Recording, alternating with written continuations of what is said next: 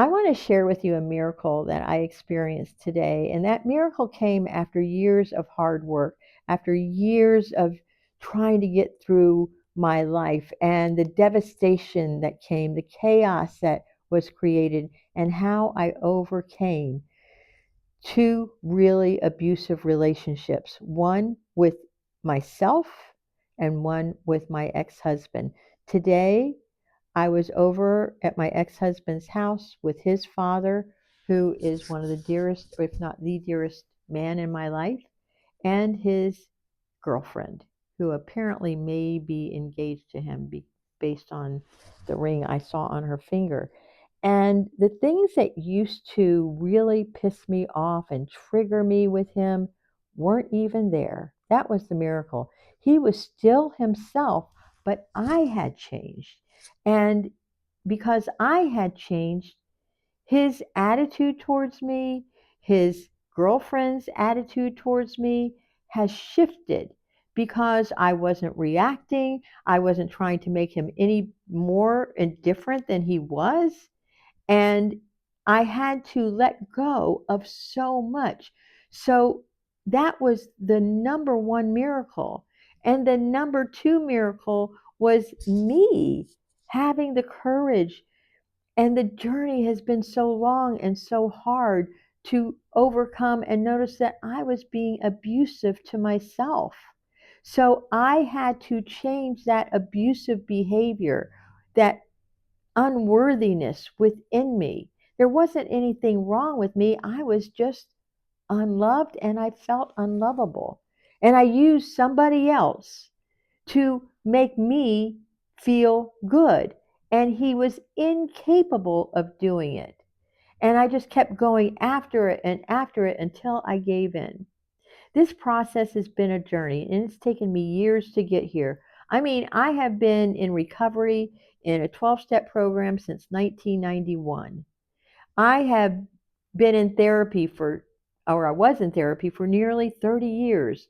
I've done all of these things and it's taken me so long to get here. And the reason I started this channel was for you, so that you can start noticing the unloving parts of you, the unconscious parts of you, and make them more loving and conscious so that you can have a more loving world. So the first journey was about me. And my breaking point, finally, my breaking point was sitting in my house and realizing there was nothing I could do, that I had spent my entire marriage of nearly 15, 20 years of trying to get him to love me by contorting myself, by demanding he be a certain way, by showing up differently, and it was so unloving to me. And when I finally surrendered, when I finally gave up, when I finally realized I had to stop, that's when my journey for me began, of not being abusive to myself. So I went through this incredible destruction period. As a matter of fact, I almost said to his girlfriend, my ex's girlfriend, thank you for destroying my life. I was really in gratitude that she destroyed my life, because I could not be where I am today. I could not be sharing what I am sharing with you today unless she came in. And by the way, she's doing a really good job, probably better than me, taking care of my ex-father-in-law. And I love that. And I appreciate her. I even brought her flowers today. How about that? So this was my journey. When I realized 5 years ago that I was in this horrible relationship and I had to end it, and it took great courage. It took everything I could, and I lost every part of my life. And in that loss, it took me 2 months of anger and rage and not talking to people because I needed to process all of this anger. And I was surrounded by friends who honored that, who made sure that, I was going to be okay. And I surrounded myself with people who loved me. And after those 2 months, I started doing I continued to do serious work in my recovery program within Al Anon and with adult children of alcoholics and dysfunctional families. And then I did the work in there, how to be your own loving parent, how to love myself, which is something I never really had before. And then I started meditating using Dr. Joe Dispenza's work, Breaking the Habit of Being Yourself. I highly recommend you get that book and do the work in there. And what was so fascinating to me as I look back on it, I still did the same pattern. If I show up in the way that you want me to show up, maybe you'll love me. In that community, that's what I kept doing. And it took me a long time to figure out that's what I was doing because that habit, that self concept was so ingrained in me that I just didn't know any better. I was so unconscious that I was showing up inauthentically. Parts of me were authentic. I loved the work, I loved everything about it, about the work, but I still wasn't changing in the way that I needed to be loving to myself.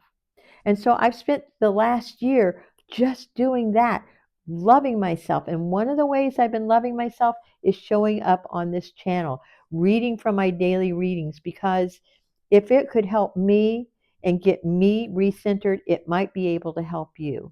Because I kept noticing how unloving I was to not only myself, but to others.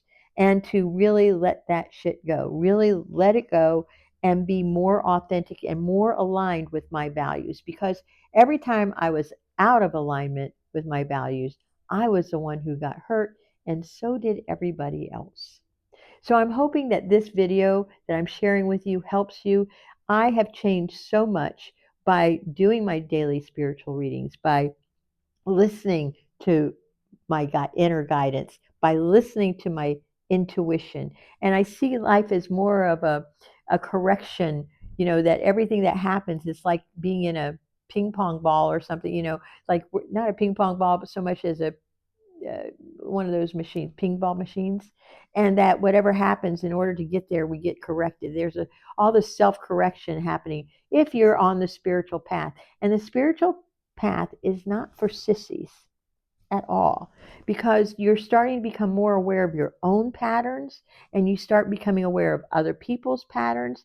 And my number one pattern, people pleasing, that I have noticed, I just don't want to do that anymore, because people pleasing is inauthentic, it is lying, so that I could feel safe. It's my way of controlling how you see me. It's my way of making sure that I can be okay. And so I've stopped it for the most part. I don't have to contort myself anymore. If you don't like me, oh well. And if you love me, I love that. I love that for me and for you, because we understand each other. And I hope you're understanding this, what I'm sharing with you, because of my dedicated efforts of working on myself, of connecting with Source, of being able to see everything within me that needed love. That's really what it comes down, is that part of me who is so unloved needs to be loved. And the only person who can do that is me. And when I can open up to the divine and say, please fill me with love, and I feel it, ah, it is the best in the world. If you love my content as much as I love sharing it with you, I would love to hear from you in the comments below what you think of this, and are you willing to go on this journey of self-reflection? Stop blaming others for your misery, stop your own suffering, and let me know in the comments below by saying the word yes, and then maybe share this with somebody that could benefit from this. I love you.